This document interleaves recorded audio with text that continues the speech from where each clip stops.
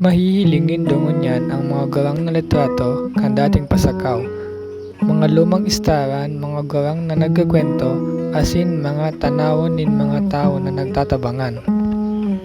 Kang inot pang panahon bago maging siring kan ngunyanap ang pasakaw, ang satuyang mga katugang-tugangan, inot mga buhay sa simple pero pano ng determinasyon.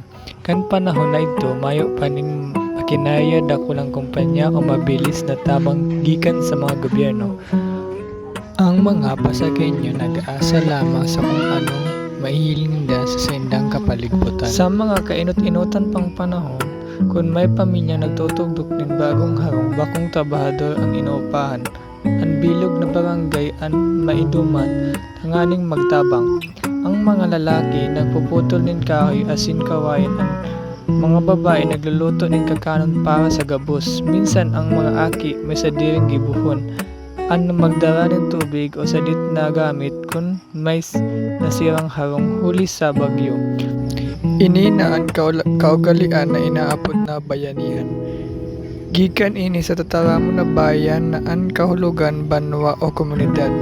Iyo ang kahulugan pagtatrabaho, pagtapang asin pagkabuhay na magkausa-usa. Digdi sa pasakaw bako lang ini kaugalian, ini ang satuyang paagi nin pagbuhay na ipapasa pa sa gikan sa mga gawang pasiring sa mga aki.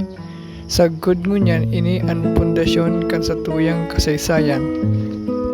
Mahihiling nindongon yan ang mga aktibidad na mga tradisyonal gikan sa bayanihan. Arog kang saro sa pinakabantog na halimbawa kan sa tuyang bayanihan, iyo ang paglipat ng tradisyonal na kubo. Kung ang sarong pamilya gustong ilipat ang saindang istaran sa mas ligtas na lugar o bagong umahan, ang mga kaibigan asin kabarangay man ang mahali kaini.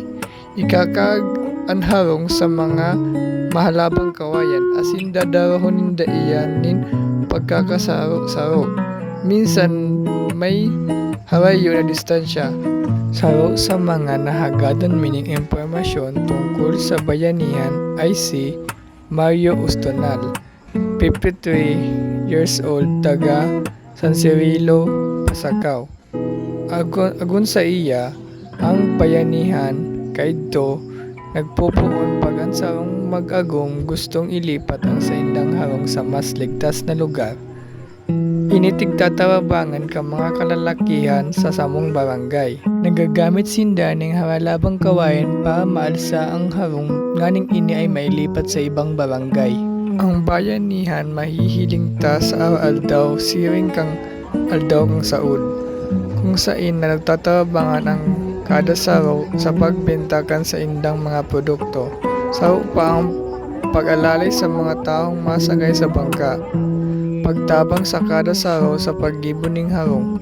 Ang kaugmahan nagiging tutuusan na kung ini ang binabahagi sa iba. Ini ang tunay na bayanihan igi sa pasakaw. Saro pa sa halimbawa kang bayanihan igi sa pasakaw ay ang pagtutulak ng mga bangka.